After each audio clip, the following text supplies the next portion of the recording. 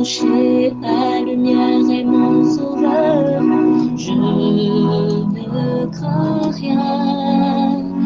Il est mon rempart et mon ferme soutien. De qui pourrais-je avoir peur? Shalom. Nous avons aujourd'hui la croquette biblique numéro 122 qui est tirée de Job au chapitre 13 du verset 20 au verset 22. Il est écrit: Seulement concède-moi 2 choses et je ne me cacherai pas. Éloigne ta main de moi et que ta terreur ne me remplisse plus d'effroi. Puis appelle et je répondrai. Ou bien je parlerai et tu me répliqueras. Job demande donc 2 choses ici, très précisément. La première, c'est que Dieu suspende ses tourments. Et la deuxième, c'est que Dieu n'utilise pas une extrême sévérité envers lui.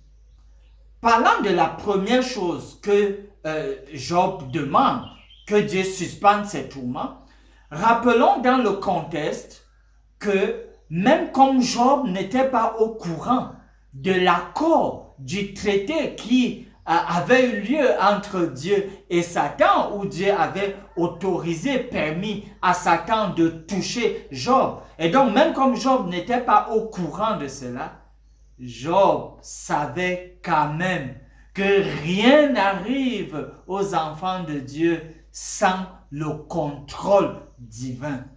Il le savait.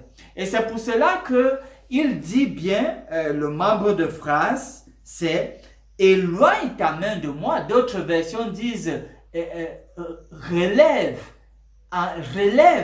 ta main de dessus moi ». Manière de dire que Job voudrait que Dieu puisse suspendre ses tourments.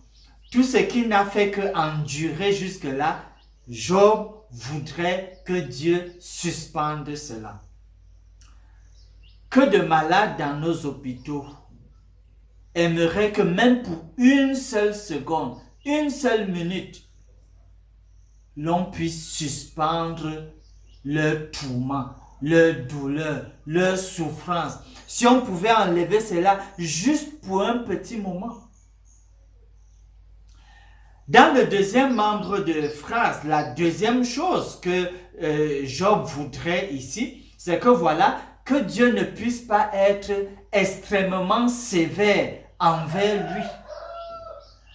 Le contexte de ce passage nous rappelle Job au chapitre 9, le verset 34, où Job avait exprimé le désir d'avoir un avocat. Et ici, il voudrait que Dieu ne puisse pas être trop sévère envers lui. Manière de dire que lorsque nous avons affaire aux malades en particulier et tous ceux qui nous entourent de manière générale, il ne faut pas être extrêmement sévère. Parce que quand même, il y a cette humanité que nous partageons. Et on dit souvent, l'erreur est humaine. Il faudrait donc être dans un élan où on peut comprendre l'autre et ne pas nécessairement toujours et absolument être sévère. En guise de promesse, dans Proverbe au chapitre 17, le verset 9, nous trouvons ce qui est dit ici. Celui qui couvre une offense recherche l'amour. Celui qui la rappelle divise les amis. Jésus est venu sur cette terre pour couvrir nos péchés, pour expier nos péchés. Oui, tout ce que vous avez comme fardeau, comme peine, comme conscience culpabilisante, comme faute devant vous, Jésus est venu pour couvrir cela, pour en faire l'expiation. Lorsque vous vous donnez à lui et que vous receviez sa paix, recevez aussi l'assurance du pardon qu'il accorde et sentez-vous libéré.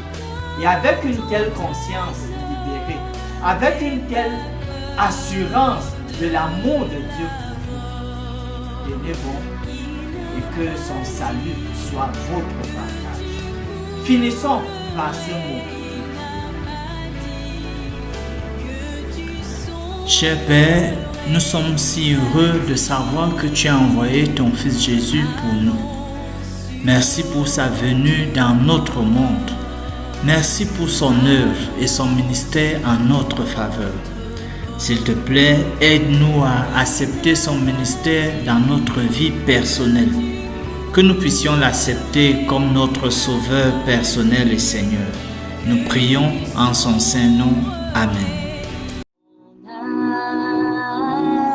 Espère en l'Éternel, mon âme espère en l'Éternel, qu'un chant s'élève au Dieu du ciel, qu'un chant s'élève au Dieu du ciel, mon âme espère en l'Éternel.